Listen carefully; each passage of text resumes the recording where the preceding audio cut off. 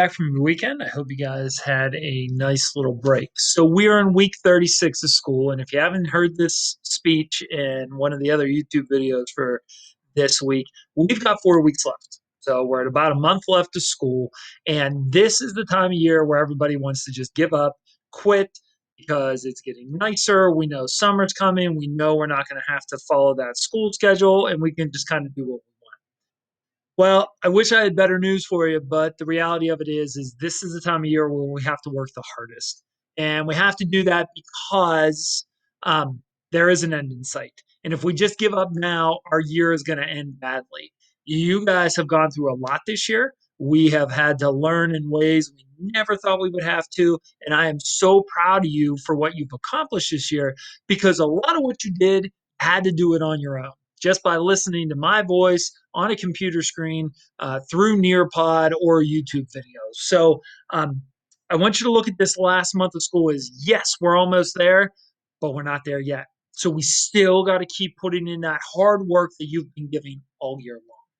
And so to help us uh, keep up that hard work spirit and that hard work mentality, we are going to do something new in math for the rest of the month. Now, I told you we were done learning new stuff.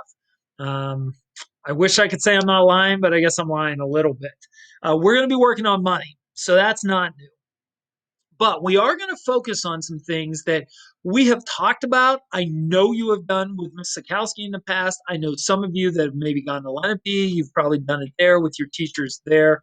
Um, but we're going to focus on what happens when you have a job and you have money. All right. Some of us are going to be graduating this year and we'll be getting a job this summer. Others, we're very close to graduating. Some of us already get money, whether it's from doing chores or little side jobs that we have going on, like selling jellies and jams and honey, for example. There's at least one of us in this class that does that. You know who I'm talking about.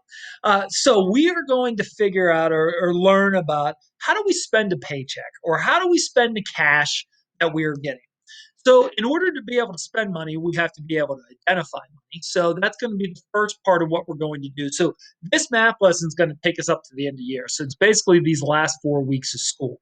So, we're going to work on identifying money. And so, what will happen is I'm going to give you a object and a price tag. You're going to have to count that out. So, we all know there's multiple ways to get to certain values of money. So, we'll be using bills and we'll be using coins to do that. Next, probably one of the more important things when it comes to money is making change.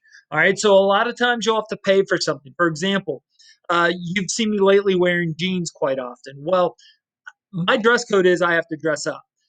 If I wear jeans, there are charities that our teachers here at school can donate to wear jeans. So we would have to spend $2 for every time we wear jeans.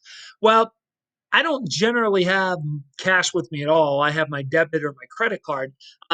But at the end of the week, so if I wear jeans 5 days a week, that's going to be $10. Well, maybe I only have a 20 because if I'm going to have cash, I'm going to get the money from my bank or the ATM when I use that debit card. It generally comes in 20s. Well, I need to know how to make change for that. Right? When you have a job and you go out to Subway or McDonald's or wherever and you grab something to eat and you pay cash for it, you want to know how much change you're getting back because I mean, I'd like to be able to trust people, but people make mistakes, or maybe people are trying to take your money from you. So you need to figure out how to make change so that you make sure you're getting back the money you deserve.